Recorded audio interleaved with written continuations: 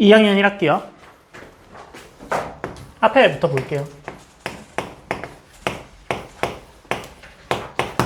2학년 1학기에서 그 유리수와 순환소수가 나오잖아요. 그죠?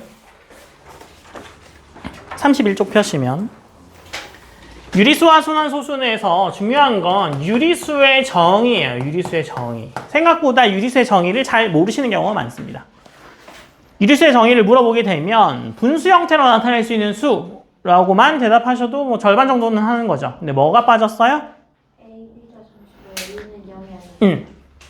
A분의 B꼴로 나타낼 수 있는 수인데 A, B는 정수이고 A는 0이 아니면 됩니다.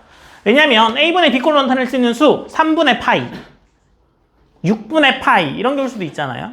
그죠? 그래서 정수분의 정수꼴로 올 수 있는 수. 근데 분모는 0이 되면 정의가 안 되겠죠. 그죠? 나중에 뭐 극한 배우시면 뭐 정의하겠지만 뭐 그 전에는 안 되니까. 그래서 소수는 유한소수와 무한소수로 분류하죠.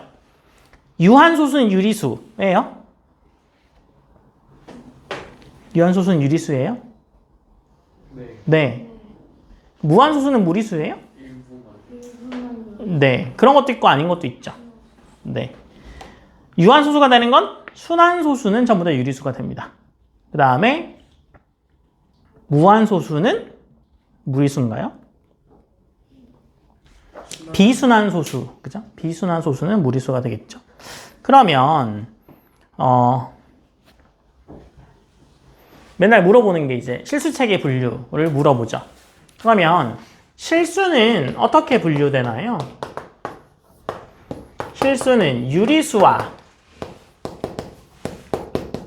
유리수 아닌 수 이렇게 분류돼요. 유리수와 무리수로 분류되죠. 유리수가 아니면 무리수인 거예요. 그 다음에 유리수는 어떻게 분류돼요?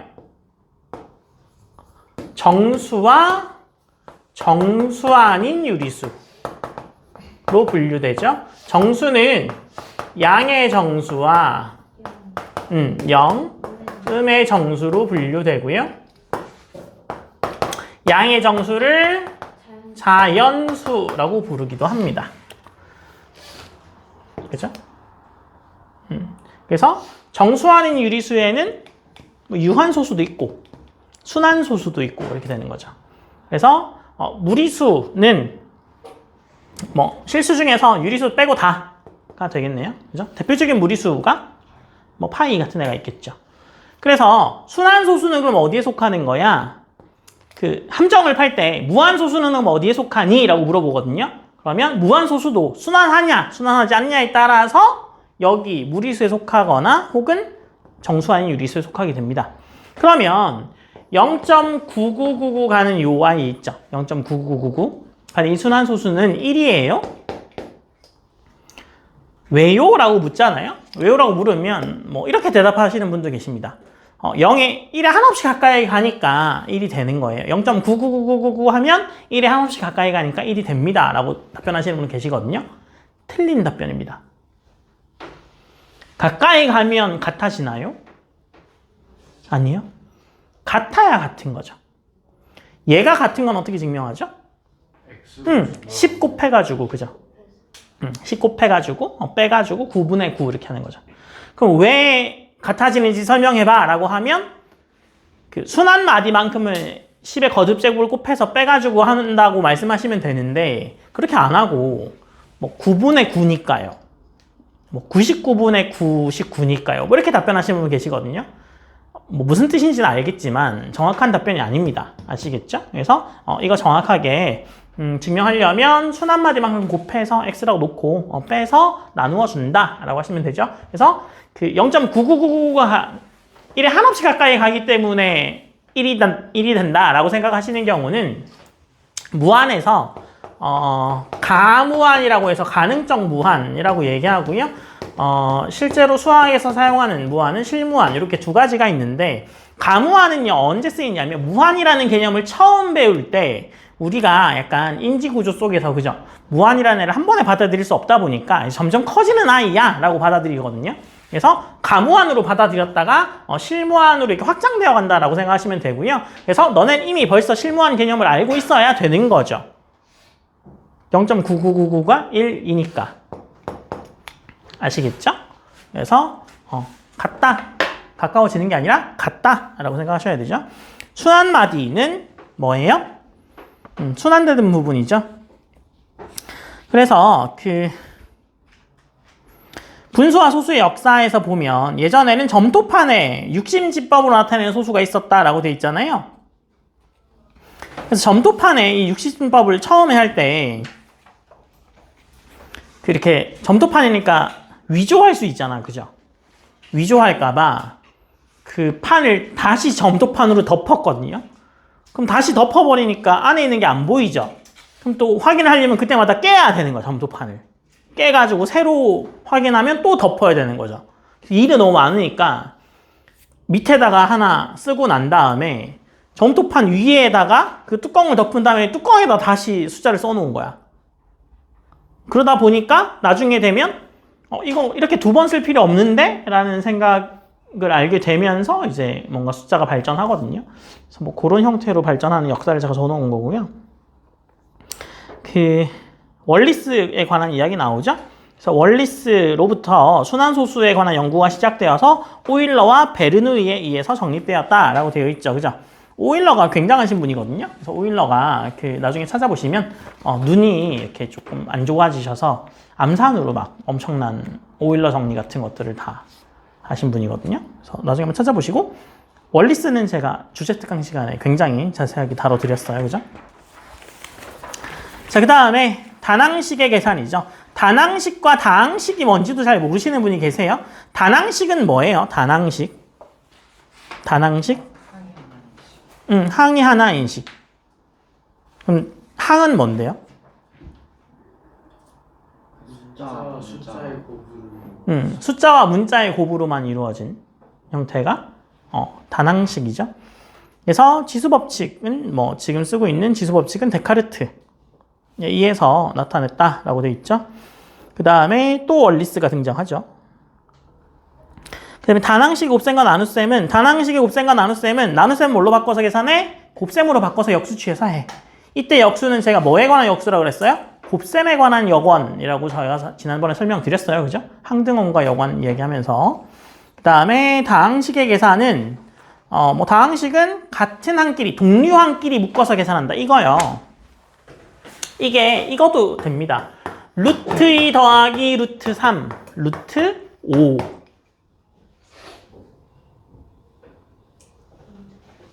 왜요? 아니잖아요. 루트 2 더하기 루트 3. 이 끝이죠, 이게. 이게 끝난 거잖아요. 계산 끝났죠. 왜 더 이상 계산할 수 없어요? 동류항이 아니라서가 답이죠. 동류항이 아니라서. x제곱 더하기 x. 2x 이렇게 안 쓰시잖아요. 이유가 동류항이 아니라서. 동류항은 뭐야? 문자와 차수가 같은 항, 동류항입니다. 아시겠죠? 그 다음에 사칙연산이 포함된 혼합된 계산은 지수법칙, 그 다음에 중괄호, 소괄호, 그죠?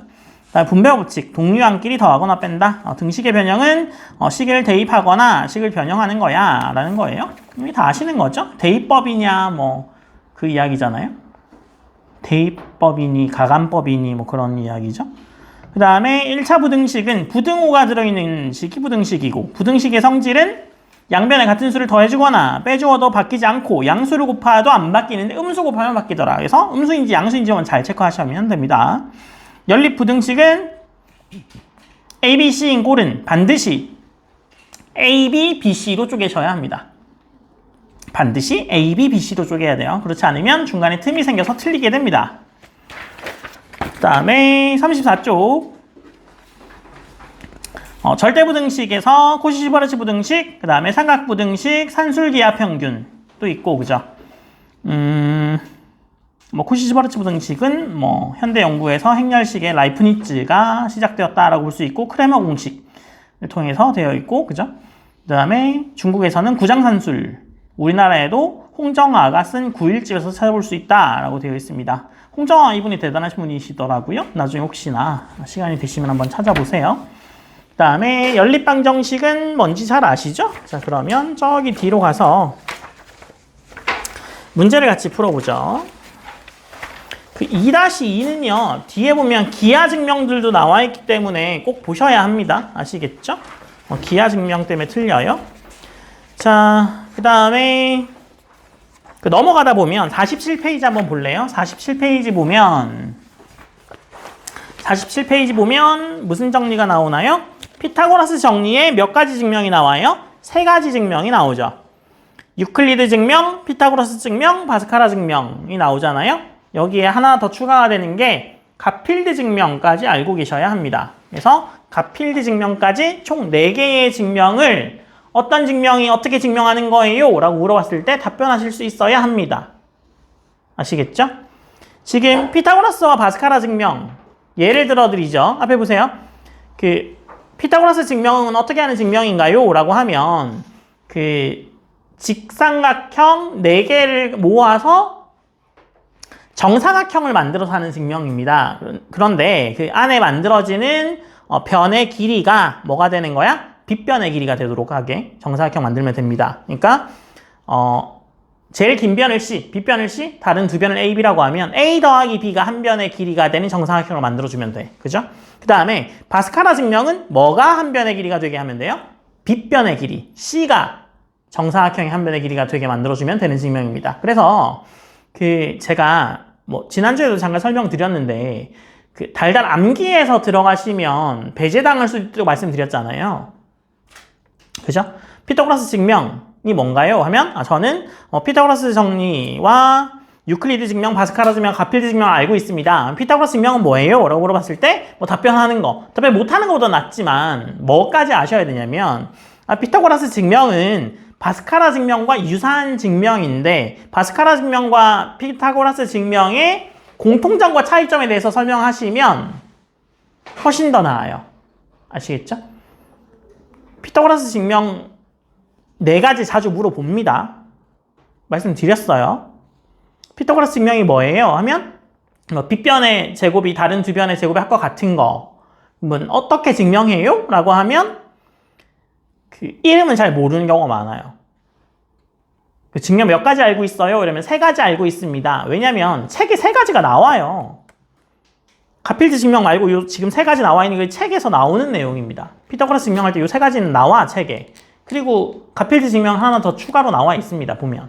그래서 3가지는 기본으로 나와 있으니까 3가지 알고 있어요? 라고 하면 어떤 증명 알고 있어요? 라고 했을 때 이거 하나하나 설명하기 힘들잖아. 그죠? 그러니까 말로 할 수 있으면 유클리드, 피타고라스, 바스카라 증명 알고 있습니다. 가필드 증명 알고 있어요? 라고 대답하면 물어보겠죠. 그러면 바스카라 증명은 뭐예요? 라고 물어보면 바스카라 증명은 피타고라스 증명처럼 정사각형을 만들어서 하는 증명인데 빗변의 길이를 C라고 하고 나머지 두 변의 길이를 A, B라고 하면 직각삼각형에서 한 변의 길이가 C인 정사각형을 만드는 게 바스카라, A 더하기 B가 되는 걸 만드는 게 피타고라스 증명입니다. 이렇게 하시면 피타고라스 증명에 대해서 더 물어볼 게 없어요. 이 정도까지 하시면. 그리고 피타고라스 증명은요, 증명이라는 것 자체가 중학교 단원에서 아예 지금 배제되어 있는 상황이거든요. 너네는 모르지만 선생님들이 쓰는 교육과정 평가에 보면, 거기에 보면 증명을 평가의 대상으로 하지 말라고 적혀 있어요. 그래서 당위성만 따져보게 돼 있거든요. 근데 뭐는 증명해봐야 되냐면, 그러다 보니까 너네가 증명 문제 맨날 어떻게 나와요? 빈칸 넣기 문제로 나오잖아요. 통째로 증명해봐라 이런 문제는 잘 안 나오고 빈칸 넣기 문제로 나오는 이유가 그 지침 때문에 그런데요. 근데 지금 우리에게 통째로 주어지는 증명은 기하 증명 같은 경우에 특히나 너네는 증명해봐라 이러면 증명을 왜 해야 되는지 잘 몰라요. 피타고라스 증명 당연히 성립하는데 이걸 왜 또 증명해야 되는 거야? 라고 생각하실 수 있잖아요. 근데 수학자들은 그 증명하는 과정에서 더 많이 배운다 라고 생각하기 때문에 그래서 그거를 조금 중점적으로 보셔야 합니다. 말씀드렸어요. 피타고라스 정리 증명은 4가지를 다 공통점과 차이점까지 다 설명하실 수 있게 하셔야 되고요. 그 다음에 피타고라스 증명이 굉장히 많거든요. 공식적인 것만 해도 100가지가 넘고요. 비공식적인 것까지 하면 300개가 넘는 걸로 알고 있습니다. 그 중에 우리나라 교수님이 하나 증명하신 것도 있어요. 그 박부성 교수님이라고 뭐 어디 어느 학교 교수님인지까지는 모르겠지만 하여튼 수학과 교수님이신데 박부선 정리라고 한국 사람이 한 정리가 있더라고요. 살아 계실 겁니다, 아직. 그래서 뭐 심지어는 미국에 있는 고등학생이 한 증명도 있으니까 여러분들도 뭐 그죠? 과거 가셔가지고 새로운 증명 하나 내시면 제 이름도 살짝 띄워주세요. 약속했어요. 자, 그 다음 문제로 넘어갑니다. 51쪽이요. 51쪽. 51쪽에 그 0.99999는 1이니? 라고 물어봤죠? 맞아요? 네! 라고 답변하시면 안 됩니다. 네! 라고 하고 끝내면 안 돼요. 이응 써놓으시면 안 됩니다. 그 1번과 2번이랑 똑같은 문제인 거예요. 1번으로 답변해도 2번으로 답변하셔야 돼요. 무슨 얘기인지 알겠죠? 증명하셔야 됩니다. 어떻게 증명해야 돼요? 순환소수를 x로 놓는다. 첫 번째.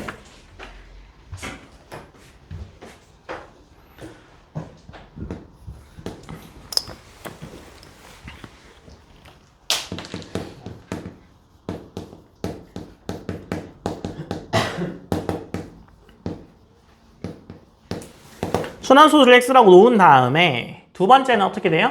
양변에 적당한 10의 거듭제곱 곱하죠. 이거에서 뭐 하려고 곱하는 건데요? 소수점 아래 부분에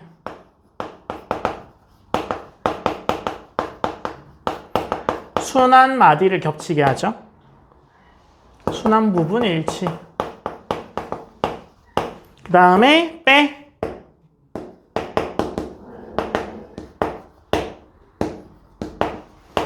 두 변끼리 빼면 순환되는 부분이 없어지죠. 그 다음에 4번은 방정식 풉니다.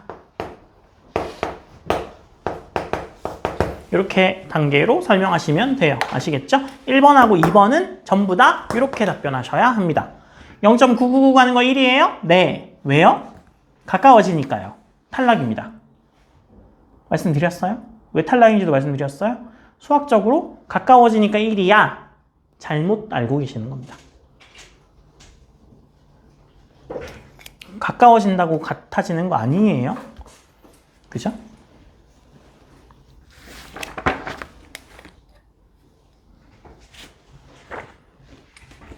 자, 그 다음에 3번에 순환소수는 유리수인가요? 순환소수는 유리수인가요? 네. 순환소수는 유리수죠. 왜요? 분수로 나타낼 수 있기 때문에 유리수인 거죠. 유리수가 분수로 나타낼 수 있는 수니까. 그러면 순환소수는 어떻게 분수로 나타낼 수 있어요? 이렇게. 이게 지금 분수로 나타내는 방법인 거잖아요. 그죠? 그래서 10의 거듭제곱을 곱해서 순환하는 마디 겹치게 한 다음에 뺀다. 이렇게 해서 나누어준다. 그래서 방정식 풀면 된다. 라고 돼 있죠. 자, 4번이요. 실제로 1, 2, 3번은 다 똑같은 문제이긴 합니다.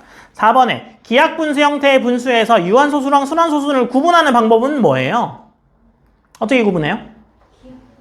분모의 소인수가 네. 기하분수로 먼저 나타낸 다음에 분모를 소인수분해했을 때 분모의 소인수가 2 아니면 5뿐이면 유한소수고 아니면 순환소수이다. 이건 교과서에 나옵니다. 근데 잘 빼먹는 부분이 기하분수를 맨날 빼먹죠. 기하분수를 빼먹으세요. 아시겠죠?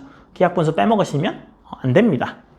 기하분수로 먼저 고친 다음에 분모를 소인수분했을 때 2와 5뿐이면 유한소수고 아니면 순환소수다라는 거예요. 시간 조금 드릴 테니까 한 17번 정도까지 한번 쭉 풀어볼래요?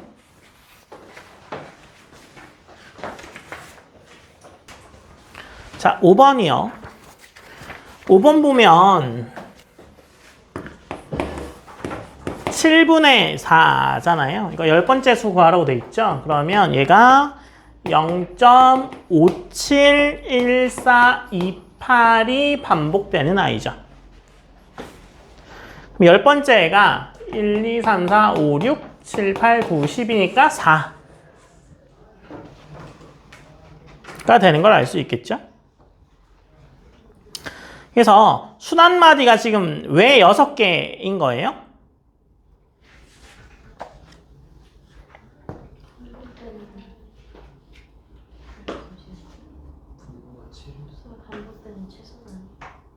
어떤 수를 지금 뭘로 나눈 거예요? 어떤 수를 7로 나누면 나올 수 있는 수의 개수가 몇 개 나와요? 6개. 나올 수 있는 수의 개수가 7개 나올 수 있거든요. 0부터 6까지. 그죠? 맞아요? 0부터 6까지 나올 수 있는데 0이 나온다라고 하면 순환소수가 아닌 겁니다. 0으로 나오면 유한소수로 끝나버려요. 나누어 떨어진 거잖아요.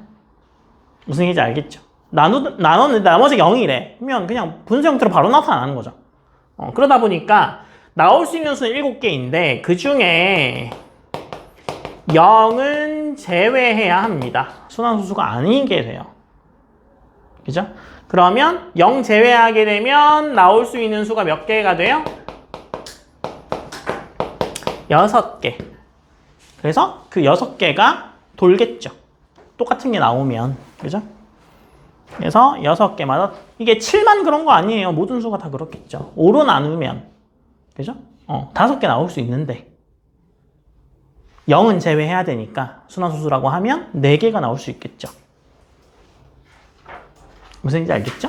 네, 그래서 그렇게 생각하시면 되고 설명하시면 되겠죠. 자, 23분의 4는 소수로 어떤 형태를 띠게 되나요? 어떤 형태로 나타나나요? 순환소수로 나타나는데 23분의 4죠. 23분의 4.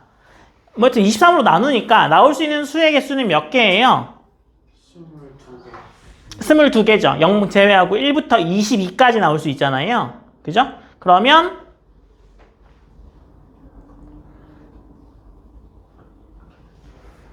(1부터) 22까지 나올 수 있죠. 까지 나올 수 있고 동일한 숫자가 나오면 계속 그냥 반복되는 것 뿐이잖아요. 그죠? 그래서 동일한 계산 결과가 나오면 순환하게 되죠. 그래서 순환하게 된다. 있고 동일한 수 나오면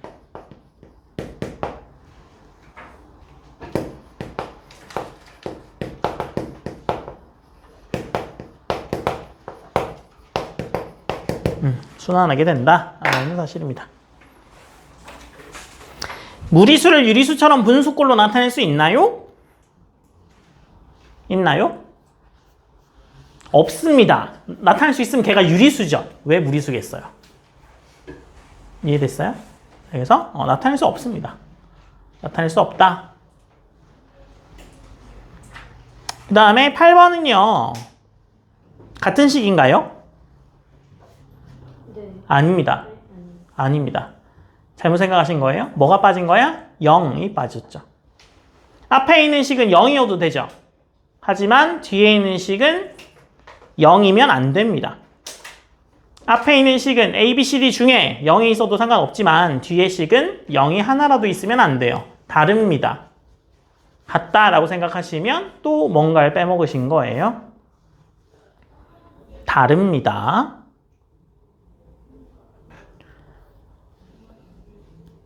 (9번은) 어떻게 풀어줘야 돼요? 9번? A가 A의 범위를 나누죠. A가 뭐일 때와 A가 0인 경우는 이거면 해가 없다. 그죠? 그 다음에 A가 0일 때 B가 0보다 작으면 모든 실수가 해죠. 뭐 어떻게 나누는데요? 얘를 AX를 B 이렇게 바꾸면 되는 거잖아요. 이 양에서 그냥 얘만 이해하는 것 뿐이에요. ax, b 넘겼는데 a가 0인데 얘가 양수일 수는 없죠. 그럼 해가 없는 거고 a가 0인데 음수야? 그럼 모든 실수가 다 나오겠죠. 상관없이. 그 다음에 a가 양수면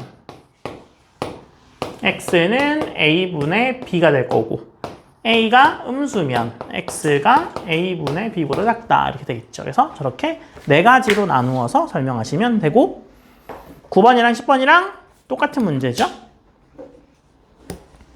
11번 문제 여러분들 싫어하시는 그죠? 거속시 문제죠. 하나로 통일하셔야 돼요. 거속시면 거리로 통일하시든 뭐 보통 시간으로 통일하시는 경우가 많고 그죠? 속도로 통일하시던가 뭐 하여튼 통일하셔야 됩니다. 그러면 11번에 걔는 어떻게 풀어주면 돼요? 문자로 잡아서 표현한다? 거리를 x라고 두죠. x가 뭐야? 자전거 탄 거리.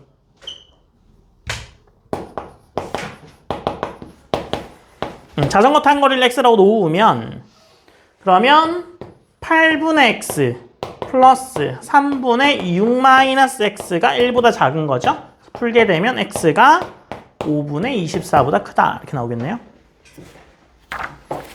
뭐 1차 방정식 세워서 하시면 되죠.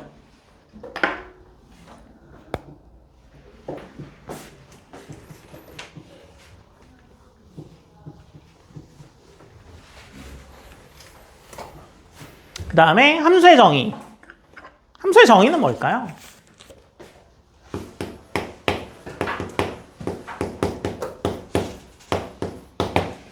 함수의 정의. 두 변수 x와 y에 대하여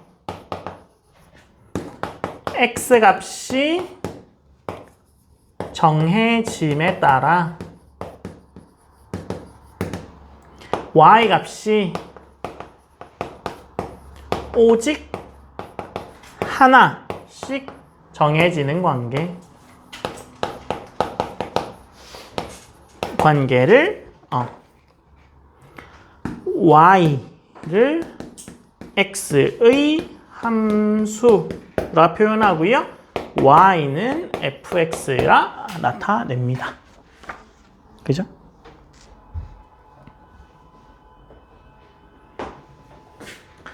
이거는 중학교에서 대응으로 그죠? x 값이 정해짐에 따라 그거에 대응되는 y 값이 있어 라고 되어 있는 거고요.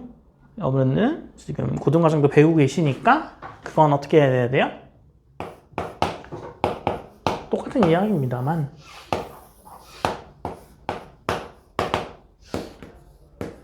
정의역 그죠? 공역 치역은 뭐예요? 실제 y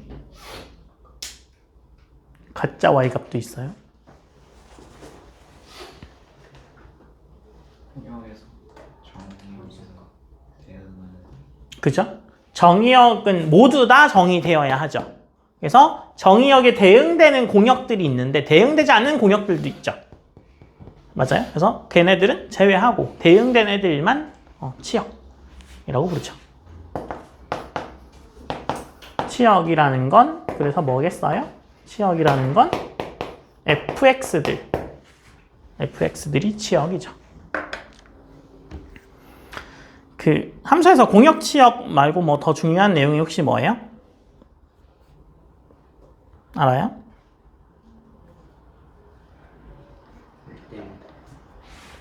1대1 대응? 1대1 대응은 왜 중요한데요? 역함수가 존재할 맞아요. 1대1 대응이 존재하는 건 저 함수에 역함수가 존재하냐 하지 않냐의 필수 조건이기 때문입니다. 역함수가 필수 조건인 이유는 치역이 전체를 다 차지하지 않으면 이렇게 갈 때 이렇게 빈애가 있다고 치죠, 이런 애가? 그럼 얘가 정의 안 되죠. 선택받지 못한 애가 있으면 걔는 이렇게 갈 수가 없잖아요. 그죠? 그 다음에 1대1 대응이어야 하는 이유는 뭐 선택은 다 받았다고 쳐. 그러면 제가 주로 예를 드는 게 뭐 짜장면의 중국집 가서 메뉴판이라고 치면 메뉴판 자체가 공역입니다. 공역이 메뉴판인데 여기에 뭐 승진쌤도 있고 그죠?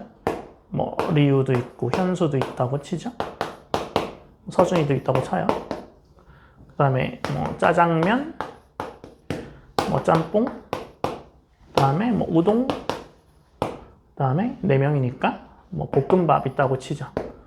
저는 짜장 먹을 거고요. 리우는 짬뽕 먹고, 현수도 짬뽕 먹고, 서준이도 짬뽕 드세요. 이렇게. 뭐 이렇게 했다고 쳐요. 아니, 뭐 섭섭해하지 말고요. 그래서 이렇게 먹었다고 치면 이 메뉴판을 이렇게 주문하면 안 되나요? 되잖아요. 그 각각 다른 짬뽕을 주죠. 이렇게 짬뽕 한 그릇 주면서 셋이 나눠 먹어라. 뭐 이렇게 하진 않잖아요.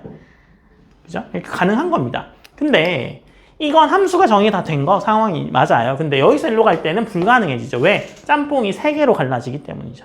정의에 뭐예요? y 값이 오직 하나로 정해져야 된다고 돼 있잖아요. 그럼 이때는 이게 x고 이게 정의고 이쪽이 치역일 테니까 그죠?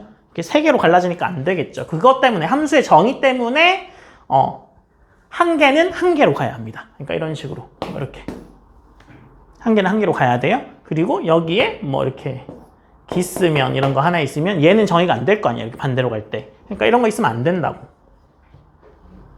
그죠? 그래서 얘를 어떻게도 얘기하냐면 이렇게 화살을 쏜다고 생각하시면 화살을 쏴서 한 발씩만 맞아 죽었죠. 한 발씩만 맞아 죽은 경우를 단사함수. 이게 너네가 알고 있는 1대1 함수입니다. 1대1 함수, 단사함수. 한 발씩만 맞아 죽은 거. 단사함수. 얘는 지금 다 맞아 죽었죠? 다 맞아 죽으면 전사함수. 전사함수. 다 맞아 죽었어. 다 죽었어. 그죠? 전사함수. 근데 한 발씩 맞아서 다 죽었죠. 그러면 전단사함수라고 부르고요. 이게 옛날 표현이긴 한데요. 이게 1대1 대응입니다. 이게 1대1 대응 함수야. 너네 맨날 왜 헷갈려? 요 1대1 대응이랑 요 1대1 함수랑 요 1대1 때문에 헷갈립니다. 그래서 단사함수는 인젝티브고요. 전사함수는 썰젝티브죠. 그러면 전단사함수는 인썰젝티브일까요? 썰인젝티브일까요? 바이젝티브. 그래서 바이젝티브이면 1대1 대응이고요. 뭐 옛날 표현으로 한문으로 바꾸면 전단사 함수. 그래서 요것 때문에 헷갈리시죠. 우리나라 말로 하면 1대1 함수고 1대1 대응 함수니까 너네는 끝부분은 잘 기억 안 하잖아. 1대1만 자꾸 머리에 들어오지 1대1 함수인지 1대1 대응인지는 잘 안 들어오니까. 그래서 맨날 틀리죠. 그래서 1대1 함수는 단사함수. 그래서 여기 뭐 기스면 같은 거 있어도 단사함수입니다. 죽은 애들은 다 한 발씩 맞아 죽었어요. 얘는 뭐가 안 되는 거야? 전사함수가 아닌 거죠. 전사함수인 거는 공역이랑 치역이랑 같아지면 전사입니다. 공역이랑 치역이랑 같아지면 너네 제일 좋아하는 거 있죠. 중국집 가서 메뉴판에 있는 메뉴 다 시키면 너무 행복하겠죠. 중국집 가서 메뉴판에 있는 메뉴 다 시키면 무슨 일이 벌어지는 줄 알아요? 서비스? 서비스가 아니고 주방장이 와서 오늘 재료가 없어서 무슨 메뉴는 안 됩니다 라고 얘기해요. 그러니까 맨날 시켜 먹는 메뉴를 시켜야지. 막 메뉴 보다 보면 이름이 되게 특이한 거 있잖아. 막 뭐 난자완스 이런 거 있잖아. 처음 듣죠. 그런 거 시키면 주는 데도 있어. 호텔 식당 이런 데는 재료들이 항상 있기 때문에 주거든요. 근데 그냥 일반 중국집 이런 데는 메뉴판에는 있지만 시키면 안 주는 것들이 있을 겁니다. 제비집 이런 건 없을 거 아니에요, 그죠? 여튼 뭐 이런 관계가 있죠. 그래서 14번까지 하면 그죠? 그럼 함수는 어디다 써요? 함수는 일상생활에서 굉장히 많이 쓸 수 있습니다.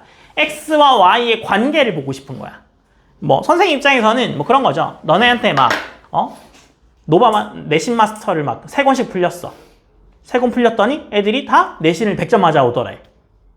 그러면 이게 함수 관계가 있는지 궁금하잖아. 그러면 누구는 3권 풀려보고 누구는 1권 풀려보고 누구는 안 풀려보고 막 이렇게 하겠죠. 그죠? 그래서 3권 풀렸을 때 만점이 다 나와. 이러면 뭔가 상관관계가 있는 거야. 이때 뭘 이용해서 분석하는 거야? 산점도 이용해서 분석하는 거죠. 3권 풀렸는데 다 100점. 연관관계가 있네. 근데 아무것도 안 풀려도 100점 맞는 경우도 있잖아.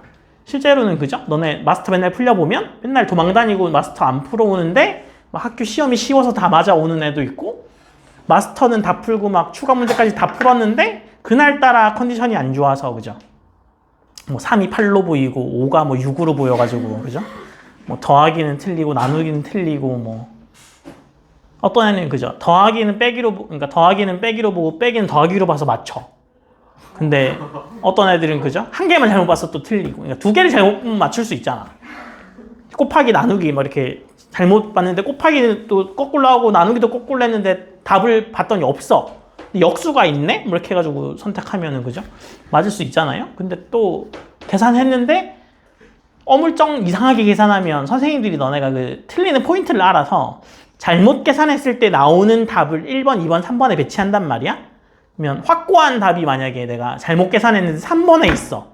이러면 고칠 생각을 너네 절대 안 해. 맞네. 이렇게. 그죠?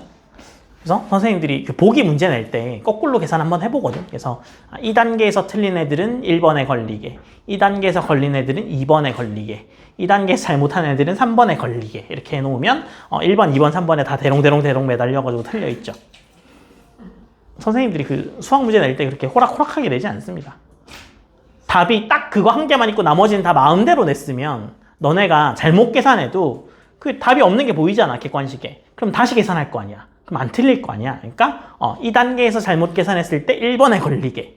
너는 1번에 답이 있어도 절대 안 바꾼다. 계산했는데 답이 1번에 있어. 뭐 맞는 거지 뭐. 넘어가 안 해. 그죠? 복귀 안 하니까. 뭐 여튼 그래서 함수는 요 정도만 아셔도 다 된 겁니다. 그래서 1대1 대응 함수가 왜 중요해? 역함수의 존재 조건 때문이에요. 역함수가 있으면 뭐가 좋아? 이유를 알 수가 있는 거야. 얘네들이 막 다 100점 맞았어. 내신 다 100점 맞았어. 아니면 과거 다 합격했어. 세종과거, 한성과거 다 합격했어. 원인이 뭘까? 승진일까? 지능쌤일까? 모를 수 있잖아. 근데 뭐 때문에 얘네들이 과거 갔는지 알면은 확연히 알 거 아니야. 그죠? 뭐 그런 겁니다. 그래서 뭐 그럴 수 있으니까 함수에 대해서는요, 그 비단 지금뿐만이 아니라 나중에도 중요해지거든요.